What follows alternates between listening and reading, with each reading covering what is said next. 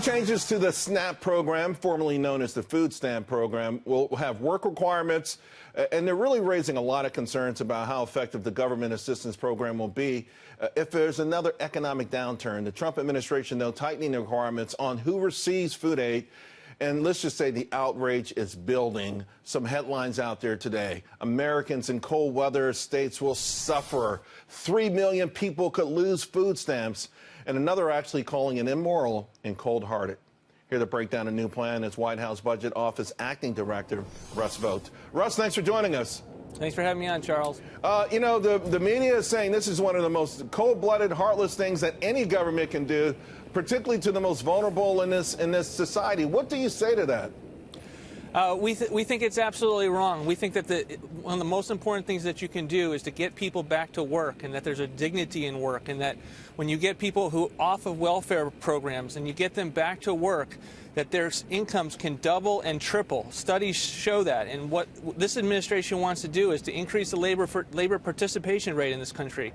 We want to enforce the law, and we want to make sure that welfare is there for those people who need it, and for those who are using welfare and can work at the same time. We want them to get back into the labor force, have jobs, and get out of a cycle of dependency. Many are saying, you know, the administration has enjoyed remarkable success in the amount of people that have come off food stamps organically already with the rising tide of the economy that you just alluded to. Why not just let that run its course, and eventually whoever can get off of these food stamps will get off of them?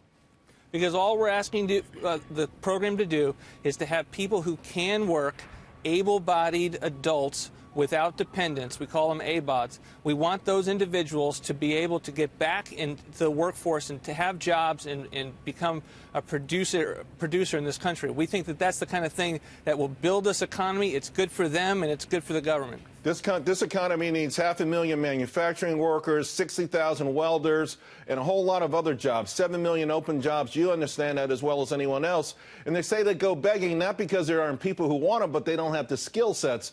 Should the government then play a greater role in these folks that you want to get back in the labor force having the skills to take those jobs?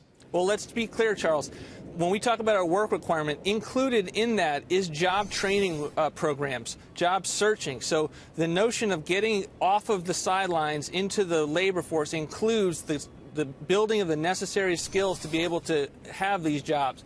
But many of these jobs, 4 out of 5 of the open jobs, don't really require any previous work experience. So these are exactly the type of jobs that will allow people as starter opportunities to get them moving up the economic ladder so they have more freedom and opportunity and can build this country. But you do realize some of those jobs you're talking about means that people actually will take a pay cut. I hate to say it, but you know, to get some folks into this whole labor thing, they're going to buy into the notion, I'm actually going to make less money than I would have made staying at home, but I will be in the system and I will have the opportunity. Is there a message that the administration is going to put out there so that folks understand this is not tough, you know, this is tough love so that you can get in the game?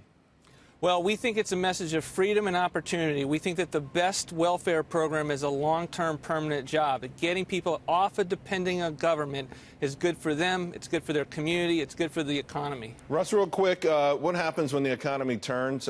Because Brookings and others have said this is the most effective tool out there for helping during downturns like recessions.